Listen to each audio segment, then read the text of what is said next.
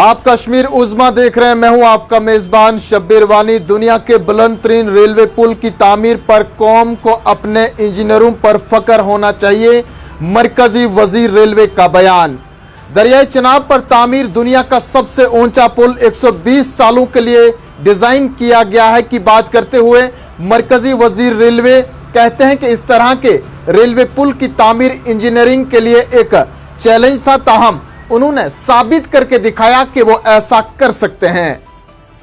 मरकजी वजीर रेलवे कहते हैं कि वज़ीर आज़म नरेंद्र मोदी की क़यादत में मुल्क तरक्की की ऊंचाइयों को छू रहा है और यही वजह है कि हर कोने को रेल लिंक के साथ जोड़ने की कोशिश की जा रही है।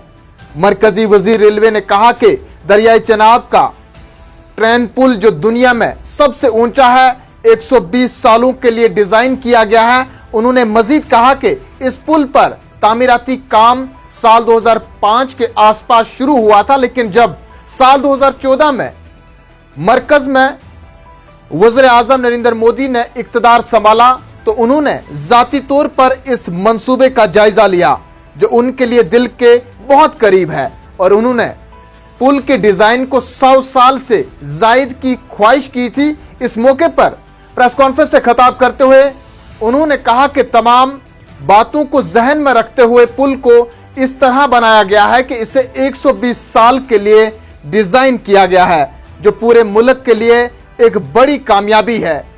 कौम को अपने इंजीनियरों और इंजीनियर्स पर फख्र होना चाहिए जिन्होंने ख्वाब को हकीकत में तब्दील कर दिया। वजीर मजीद कहते हैं कि इंजीनियरिंग के कई चैलेंजेस थे, लेकिन सबसे अहम क़यादत की विलिंग पावर थी।